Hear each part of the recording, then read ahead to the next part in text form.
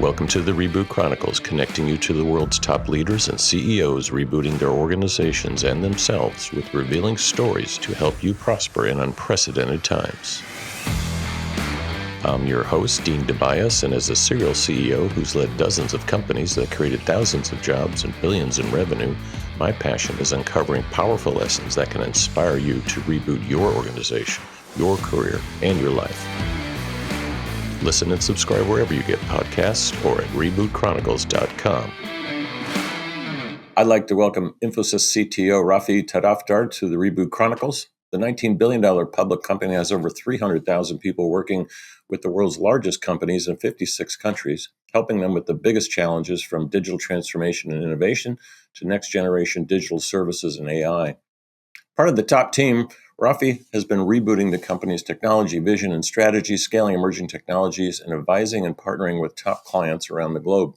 He also founded and incubated the Strategic Technology Group, a business capability unit of chief architects, power programmers, and digital specialists, working on large, complex cloud, digital transformation, and AI initiatives. That sounds like a lot of fun. Rafee, it's good to see you. Yeah, same here, Dean. Thanks for having me on the podcast. Yeah, you're kind of a legend in the tech world because you've got your fingers in so many pots. So I want to talk about the market, what's going on, AI, digital transformation, but maybe just to back up the bus, what does the CTO of a multi-billion-dollar company do these days? What do you spend your time on? What are your buckets? Yeah, so I largely focus on three broad areas. One is our tech strategy as a company and the technology big bets and investments that we make as a company. Second is I also lead a strategic technology group and Center for Emerging Technologies, where we focus on three technologies across three time horizons. Now tech, which is all about scaling across all the global clients like Gen AI today. Then we look at near and next technologies that will become mature in 18 to 36 months that we focus on working on. And then the third area I focus on is in working with clients in applying a lot of these technologies to drive business outcomes. And in my role as CTO, I've also been driving our own transformation to become an AI first company. So that's where I spend a lot of time nowadays. So let me dig into that one because there's a lot of companies out there. As you know, the consulting sector, which is just a piece of your business, of course, not all of it, but they're under a lot of pressure. There's a lot of happy talk around AI. A lot of them are recommending what the Global 1000 should be doing, but they're not walking the talk, eating the dog food, as you would say. But you guys are, which is one of the reasons I wanted you on, is you made a point. I mean, you and I have been teaching and writing and talking about AI for probably 20 years. It's an old technology. It's finally come to, the processing power has finally caught up with it, where we can do things with it. But you have, developed a internal curriculum and development and expectation that everyone, 300,000 employees is a big number, should be, hip on it before we start helping other companies with it. How did that go and what's going on there? Sure. See, the journey for us started in 2022, and this is when GPT-2 model was there. And when we looked at the potential of what it could do, Right. we saw that this could have a significant impact on our business, because if the models are generating code and if the models are doing a lot of task completion, then this would mean that a lot of the work will get automated. So at that point, we started a program to become AI first, and this meant three things. One, we said, can Infosys in all the work that we do internally leverage AI, which means in software engineering, in sales, in operations, in learning, in the way we deliver software, the way we build platforms. So everything that we do at Infosys, can we incorporate AI? And for this, we had a goal that we wanted to use AI to amplify the potential of humans. Right. So it will give an AI assistant to every employee at Infosys based on their persona. So today we have reached a stage where almost all 300,000 plus of our employees have access to Gen AI led solutions. Like, for example, in our learning platform, we use Gen AI to create new courses. What would have taken us 5, 6 weeks can be done in a week's time. We use it also for personalized learning, coaching, and development. Where depending on what anybody wants, they can choose its learning style and then use it to learn. Second is for developers, we gave them a code assistant. So today, on an average, every few weeks, we generate about 1 million lines of code. Yeah, you guys crank out billions of lines of code every year. Yeah, so This must that's something today, that's happening at scale. We gave an assistant to our sales colleague. We gave an assistant to uh, all our employees for personal productivity, right? So that part has happened at scale. yep, The second part then was, how do we bring this into our services that we offer to our customers, which means in everything that we do. Now, for this, we first had to train our own employees to become AI aware, AI builders and masters. Because when we looked at the impact AI will have on our employees, we saw that this is a continuum between consumers of AI to creators of AI. We said there will be some roles, some set of people with jobs who will use these AI assistants to do their work with higher productivity and efficiency. This could be somebody in customer service, somebody in help desk, somebody in contact center, somebody doing operations support. Then we found there are a lot of our engineers who can become AI builders, where they use the uh, models, be it GPT or Gemini or Cloud A or any of these, to build Gen AI solutions for our customers. So we need to train them to be able to build the solutions. And then we also recognize that we need to create a lot of new roles within the company. Uh, and this is where the creators of AI come in. These could be the ones in responsible AI. These were the model engineers, the model architects, and all. And these right. are the new roles that we set up. And we went through this significant talent transformation. So today, almost 90% of our employees are AI aware, which means they understand prompt engineering, they understand Right. Gen AI, and all. And And many that's where we have gone. Yeah. many companies haven't even made the threshold of everyone being AI aware, which is table stakes, for gosh sakes. So how do I become more of an AI creator, an AI master, an AI developer of new businesses? Actually using it to change the trajectory of my company. Yeah. So in our case, between the builders and masters, the distinction we have done is, if you're building a fine-tuned model, or if you're building an AI model grounds up, like at Infosys, we built a small language model for banking, IT ops, and cybersec. For this, we said we need AI masters. Right. So some of these were mostly people, that already had a good background in machine learning, deep learning.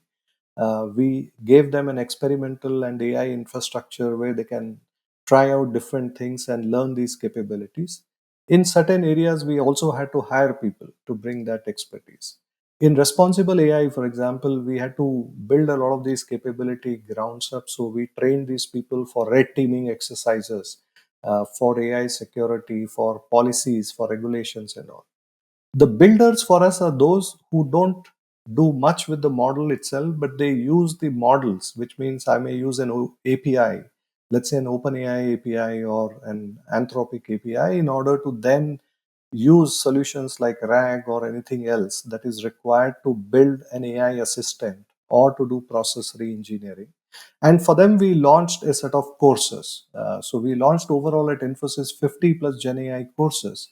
And for builders, we created a learning path where they learn to use these models and build these applications. So that's how we went about this. And when you look at the maybe the three phases of what companies are going through, I'd love to hear some examples around. I think you call them the productivity kind of engineering phase, Yeah. the business and application phase, which is where some of the smart companies are going, and then process reengineering, which is I think what you just talked about, is how do I take this to transform my whole company? Is that kind of your Infosys's focus now in terms of helping companies? Is like picking one of those swim lanes or doing them all at the same time, or how does it Yeah. work? Yeah. So, when we look at most of our enterprises today, there are some who are leaders or on the front edge, right? And they want to do these innovations upfront. There Yeah. are some who are fast followers and some who have other priorities. So because of these, what I've seen is there have been adoption of AI in three waves. The wave one was largely focused on, like you said, productivity, efficiency, and all. Here, the use cases that we have seen is, for example, using coding assistants to do generate code, to do testing, to improve existing performance of the code, to identify security vulnerabilities, and to do faster triaging of issues in the code and all that stuff, which is one set of use cases. The second is also a lot of our clients have built their own version of Chat GPT. In the sense, they have built their own version of a AI assistant, which behind the scenes talks to one of the closed access models through APIs. And this they have built for the company with some guardrails embedded into it, right? So that they can protect any leakage of information and all. So here we have seen two types of AI assistants. One is general enterprise AI assistants that anybody can use for personal productivity, but it is a secured and controlled one. The second is persona specific AI assistants. Like if I'm a wealth advisor, can I get information about all the products that we have so that I can make more personalized recommendations to a customer? Yep. If I'm a help desk user, can I use it to do self service, right? So these were all focused on cost, productivity, efficiency. And these are today mainstream, which means thousands of users across our clients are using it.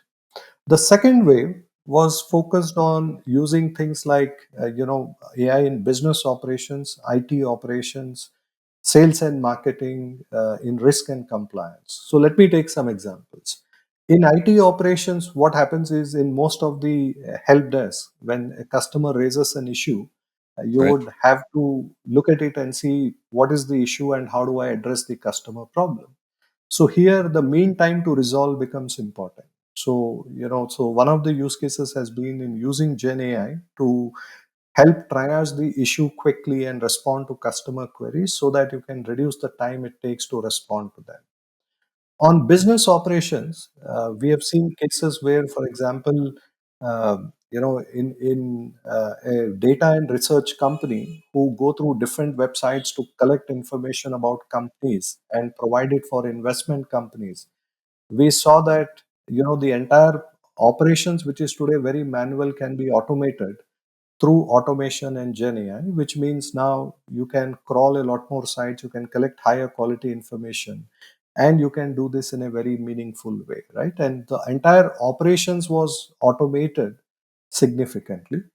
Sales and marketing, largely it is being used to generate better content, which is used in e-commerce, used in marketplaces and all that Yeah. stuff. But also in Hopefully. some cases, yeah, and in some cases, it has also been used to create synthetic data, which did not exist and all that, right? In risk, we have seen it. In risk, I've seen a combination of machine learning and Gen AI used for identifying fraudulent transactions, and this has been significant, right? So these are some examples of wave two. Now, Yeah. wave three, and wave two today is happening pilots. It's not rolled out at scale, but it will happen. The wave three is where I'm finding a lot of our customers are re-looking at the entire business process and thinking, what can I eliminate? What can I automate? So if I'll take two examples, one from banking, one from audit business. In Okay. banking, if you look at the customer onboarding process for most of the small and medium business, the entire process requires the agents to go and look at the investment reports that they would have filed in exchanges, look at the balance sheets, look at company details, extract a lot of that information and feed. Now this entire process today, when we saw 80% of it is done manually, and what we saw is we could automate the entire process and increase the speed at which customer onboarding can happen. Second, in banking itself is in credit decisioning. If you look at credit decisioning, where you have to review these loans that have been given, they go through 3 or 4 stage process, and there is a lot of back and forth that happens. And sometimes they look at 150 attributes. Again, what we saw is using Gen AI with some agentic technology, I can actually pre-fill a lot of information with high quality information and make that process a lot more simpler and streamlined, right? And that's something that we found meaningful. Now, in Yeah. the audit business, what we are seeing is if you look at auditors who go to the different stores or warehouses where they have to do two-way, three-way matching, I have to look at different documents and then correlate it, compare it, and match it with the ERP systems. Again, here we are finding that using agents, actually you can automate a lot of this process. And still you have to keep human in the loop because this is a regulated process, an audited process. But then the agents can actually significantly help accelerate this process. So these are some examples of process level automation and re-engineering that we are finding.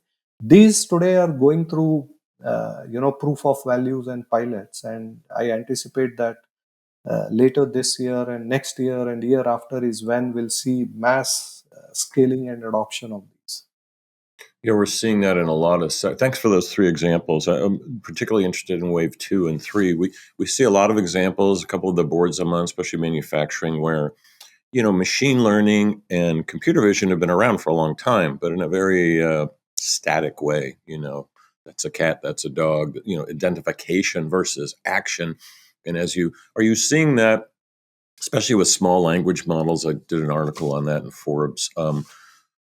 Are you seeing that kind of transform manufacturing over the next few years, for example, and with the integration of robotics and cobotics, and what's the future looking like there? Yeah, so I'm very excited with the potential of the convergence of AI and robotics in a way, right? So, Yeah, and no, there's not enough talk about it, but to me, it seems so natural. It's yeah, going to yeah. fix. No, no, absolutely. Because one of the things that we always see, we were already doing work with these autonomous machine robots, Yeah, but then that was largely based on sensors like your lidar, your cameras, and then having the different devices and some level of autonomous operations in that. But now with the linguistic capabilities that are coming from Gen AI, we can actually make it a lot more meaningful. And that is where the emergence of humanoids in a way is happening, right? Because I see a lot of use in different services industry. So I'm very excited about the potential of what we can do. And in manufacturing today, I think the first evolution will be in controlled environments, largely in factories, in warehouses, in distribution centers, and all that stuff, because that's where the environment is controlled. We can do a lot more experiments and all that stuff. And then slowly, I see this happening in a little more uncontrolled environment. But that's the potential. And the other thing I see in manufacturing is also how do we create digital twins and use them to simulate using AI, right? Which means while digital twin is not a new concept, we were doing it earlier as well. But now I can test different physical conditions on the digital twin, and then I can run different simulations to see what is the impact of these. Like for example, if I want to see what happens when the weather turns around and what would be the impact on it, or any physical forces, what would happen. So I can start doing very interesting things by also doing these AI led simulations on the digital twins. yeah. The digital twins. I think I introduced it to a lot of our executive education sessions. Oh my gosh, 10 years ago, and it was always hard for them to comprehend what that meant. Now it's becoming a reality. It's like where you can create something that looks just or acts or feels or digitally does the same thing, and therefore run tests on it. In that example, is a digital twin also potentially like a physical object as well? Or, Yeah, so yeah, I would say it's a digital twin of a physical object, anyways, that we do yeah. model it with the properties. And here, there could be two or three ways in which we can look at it, right? So, one could be a digital twin of a physical object on which I do different simulations. Okay. Second could be for a physical things, if I want to look at replacing certain things, like let's say if I'm making a chocolate, and in chocolate I've bought a particular ingredient that has suddenly become expensive, or there is health risk and I need to replace. Now can I model this thing in software using an AI model, and then understand what are the replacement ingredients that I can use, what is the impact of this on taste, texture, color, everything else, and also then figure out what is the potential replacement element that I could use, which is another use case that we have tried out as well in this. How do you guys differentiate against your competitors? You have so many. The category's been under a lot of pressure lately. What's your competitive stance? Yeah, so one thing, we have been very clear over the last few years is everything we tell our customers we'll do at Infosys first. So we'll eat our own dog food. And what this meant is, there is a lot of things that we have done which have been first in our industry or in our field. So, for example, we are the company that has built these small language models completely grounds up. And we have done this last year. We're also the first company in our industry who is certified on ISO 42001, which is for responsible AI implementation in all the software products that we do for AI. And because we have been applying this at scale at Infosys, it is also giving us a lot of credibility with our clients, with the boards of our clients, where we are, talking about how to transform into AI first. Because in AI, we learned that the only way you can learn is by experimenting and by experimenting at scale. And because we are using Infosys to scale, we have a lot of learnings, we have a lot of takeaways, we have a lot of playbooks that we are able to then take and apply at our clients in a more predictable and strategic way. You guys actually can be a digital twin for them and test it out first. I think you have very beautifully put it. Yeah, yeah, exactly. So when you're talking with CEOs, many of them listening to this, what's your biggest advice right now, looking at the second half of the decade? A lot of public company CEOs they're worried about many things, but when you're swim lane, when you want to like shake them a little bit and say, hey, you need to get this, what's the big thing they're missing now? Yeah, no, I think most of the CEOs today are very focused on what value can I get from doing these AI initiatives, and how do I do it at scale. I think that's a question at least a lot of CEOs I work with are asking. So one, I would say, don't look at cost and productivity as the only lever for AI, because that was the low hanging fruit, and that's something that today, we are able to accomplish. And the percentage of benefit varies depending on how you're applying. But I think the potential can be much higher with process reengineering, with applying at scale in creating growth opportunities. And that will take time. So I think the focus, if we can look at key business processes and give time to implement and build it out at scale and speed, then I think there could be a significant value that can be realized. The second thing also is because the AI itself is evolving so fast. Like every 6 months, I see a new wave. So, the maturity also keeps improving over a period of time. So sometimes there is a flux. So we need some time to try out these things and then, also make it work. So I think it also has to be looked at it in a very strategic way in order to make the most out of it. Right. A couple of large CEOs that I've been advising, what I notice is they have a hard time. They need to make quarterly earnings for the next 4 quarters. That's their dashboard, especially the public companies, right? And you're trying to tell them, hey, you need to be planning at least 36 months out, which sounds better than 5 years. It doesn't sound so scary. How can they do a better job at bridging those? Because they are competing against each other. The short term focus versus, hey, you need to be a long term player. Otherwise, you might not be around, or at least you might not be the leader in your industry anymore. So the topic is competitiveness versus making the quarter and preparing yourself for the future. How do you help them do that?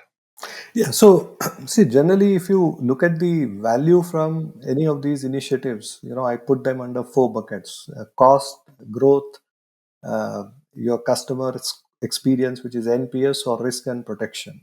So I would say if you're looking at cost, productivity, efficiency, that is something that is here and now. But a Yep. lot of it is happening at an individual productivity level, right? So bringing them all together at an organization level, you have to think how to do it.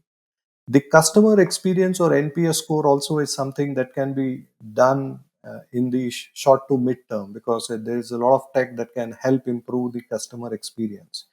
But for growth opportunities is where I would say it needs some time because it needs to be implemented across the core business process, and we need to some places also think of the new business models and all that. So that's the only area where I'm saying give some time, but for the other areas there is immediate to midterm value that can be derived. Exactly. You're similar to me. I started out as a corporate child doing startups inside major corporations like AT&T and FedEx, and you had a similar experience with a strategic technology group where you set up, you had to stand up a little company inside a behemoth. How'd that go, and how is that strategically changing Infosys? Yeah, no, that's a great question. So, a few years back, when I was looking at how the demand of our customers are changing, I was finding that almost most of our customers, which are these global 2000 companies, they were also becoming technology companies, Right. which meant, their knowledge of technology was deepening. They were doing more deeper engineering work, and that required a new kind of talent. And when I looked at it, I said, look, at that point at Infosys, you could not retire as an engineer. You had to become you had to take some of the other roles. So then we thought, why don't we create a new stream within the company where we create these full stack programmers that are polyglot, which means they can work across technologies, who are problem finders and solvers, and who can work with these tech companies that our customers are shifting towards to drive the change. And that was a kind of a rebooting experience for me, because I had to create a new career stream, I had to create a new comp structure. And I said, look, because we're going to pay them much higher salaries, and then we said, we also need to hire them very differently because they need to come through coding challenges. And then when we started having them, we need to have a different mentor structure. We needed to create a very high tech talent density team. So it was almost like, building all of these in the comfort of a larger company. But the organization actually rallied around and supported in doing it. So the first year was largely a little proof of value, where we had a team of 250 or so, and then we saw how this model will work.